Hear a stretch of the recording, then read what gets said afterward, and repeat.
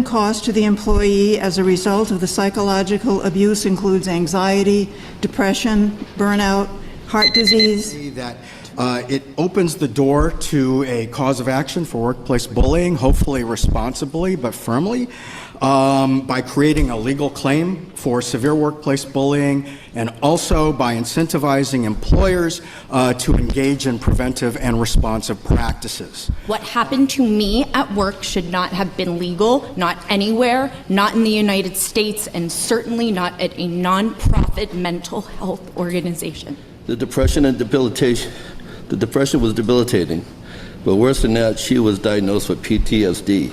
This is damage to your brain you get in wars. She got it going to work and doing her job. There needs to be dignity, and there needs to be a safe environment where people can work and do their jobs without being harassed, bullied, mobbed by an institution or a company they work for. We need to take a long look at how our workplaces treat our employees, and H1882 is a critical component in rectifying those situations. Thank you all for your time. This issue is personal to me, as I nearly ended my life in March 2014 after leaving several leadership positions after being asked to do things that were unethical, abusive behavior, verbal and physical, and actions that violated my personal rights. Because a lot of other countries have already enlisted laws to prevent workplace mobbing and bullying. Today I'm here to speak about that evil. Bullying and mobbing are premeditated, full-swing operations of interpersonal abuse that researchers refer to as processes of dehumanization and traumatization. It is people of color, particularly women of color, who are affected the most. According to a study in Forbes, 1 in 3 professional women of color are ready to leave the workplace next year. Hospitals have never treated us like heroes. They hardly treat us like humans. So what we're really talking about is pretty universal treatment that we workers, whether we're talking about the state or elsewhere, we want fair treatment. We want to be psychologically safe in the workplace. Minimize others to maintain their power, who can easily find acceptance in the power groups because they look like them, versus who fears speaking up because they know they'll be gaslit or minimized. Like many others, I've endured a work environment filled with acts of deliberate intimidation, verbal abuse, and direct threats to my job and my ability to support my child. I would ask you to create history and enshrine this law on this day, the World Mental Health Day, as a way of signaling to other people in other communities that they can also fight for similar laws to be passed in their districts. Thank you. The U.S. Surgeon General's report last year laid out how and why toxic workplaces are causing mental health issues. One of the 5 core components of a healthy workplace is protection from harm. This is why holding employers liable for their conduct makes sense. It's time to evolve and elevate our collective standards and behavior in the workplace in this Commonwealth. Signifying that workplace psychological abuse is not only an organizational issue, but a societal concern with far-reaching implications. It threatens the well-being of individuals, the stability of our workplaces, and the safeties of our communities.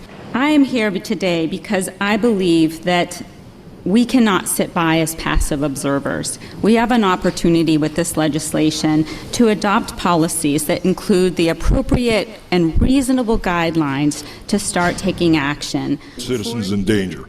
The legislation will provide legal protection from abusive environments, and I urge you, the committee, to pass. I would like to see employers held accountable. We should not have to suffer in silence. We should not have to die for our livelihood. We should not have to be hunted in the workplace. We should not have to endure employers not protecting our safety in the workplace. I pray to my Father, the Workplace Psychological Safety Act is passed into the legislature unanimously with flying colors. We together can save a life and fill the gaps of this broken system. Thank you for your time. Decades of research on human performance has shown that psychological safety is a requirement for innovative and high-performing teams. These are the teams that can tackle pressing societal issues and set Massachusetts and the rest of the country apart as a beacon of innovation around the world. Forms can do significant neurological scarring to the brain. So when you hear people talking and when they start to cry and when they express their trauma and they say their health is being damaged, What we don't know is that an EEG would show us very quickly, an assessment would show us very quickly that the damage that's being done to their brains at the hands of bullying behaviors is why they are so unwell and why they are losing so much in their lives. All triggered by my employer. Every day that I walked through those doors, I knew that it would be hell. I ended up walking away from my career, ended up losing my paycheck, but it was a hard choice, but I had to save my life. In 2008, toxic workplaces cost organizations $16 billion in related healthcare costs, or almost $23 billion today.